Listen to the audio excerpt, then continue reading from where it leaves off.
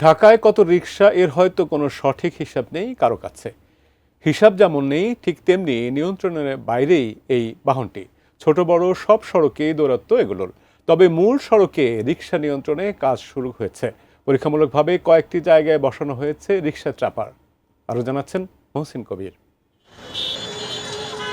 রাজধানীর রাজপথে যেন নিয়ন্ত্রণের বাইরে রিকশা।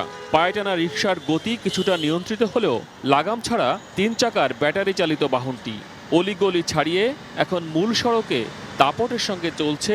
ডানে বায়ে দেখারও সময় নেই এগুলোর চালকদের। মূল সড়কে নিয়ন্ত্রণহীন রিকশার লাগাম টানতে হিমশিম অবস্থা পুলিশের, তাই বিকল্প উপায়ের খোঁজ। মূল সড়কে প্রবেশ ঠেকাতে পরীক্ষামূলকভাবে বসানো হয়েছে রিকশা ট্র্যাপার, যা পার হতে গেলেই ফাঁদে আটকে যাবে চাকা। কিন্তু তা কতটা কাজে আসছে? ব্রেকফাস্ট, টিফিন কিংবা স্ন্যাক টাইমে মজাদার আয়োজন মানে অল টাইম ব্রেড। গেছে অনেকটা কমছে। এখন এই যে ঈদে হতে রিক্সা ওখান থেকে ফেরত যাচ্ছে আর কি। এখন এটা যে ওভারটেক করতে গেলে রিক্সা ভয়ে মানে ওইদিকে ঘোরা ফেরত যাচ্ছে আর কি। অনেকটা কমছে আর কি। মেন রোডে অনেকটা রিক্সা কম যাচ্ছে, যানজট নিরসন অনেকটা মানে হচ্ছে আর কি। যানজট তেমন হচ্ছে না, মানুষজন চলাফেরা সুবিধা হচ্ছে আর কি।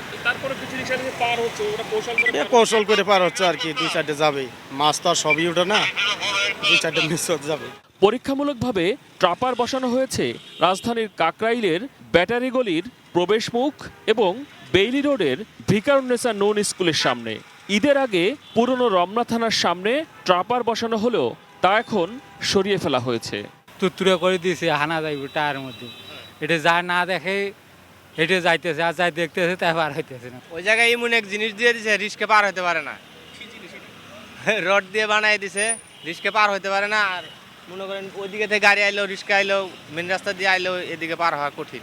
যাওয়া যাইব না, এদিকে গেলে গাড়ি আটকে যাইব, বাংচার হয়ে যাবো। খাড়া কাঁটা দিছে না, ওই কাঁটার সাথে লাগলে চাকা ফুটা হয়ে যাবে। ওটা দিছে রিক্সা না যাওয়ার জন্য, রিক্সা যাতে যাইতে না পারে। আর যাওয়ার উপায় নাই, মনে চাইলেও যাওয়া যাবে না, কারণ ওটার সাথে চাকা লাগলেই টায়ার বাদ। সড়কে শৃঙ্খলা ফেরাতে এমন উদ্যোগ শেষ পর্যন্ত কতটা কাজে দিবে দেখার অপেক্ষায় মহানগরবাসী। মহসিন কবির, এটিএন নিউজ, ঢাকা।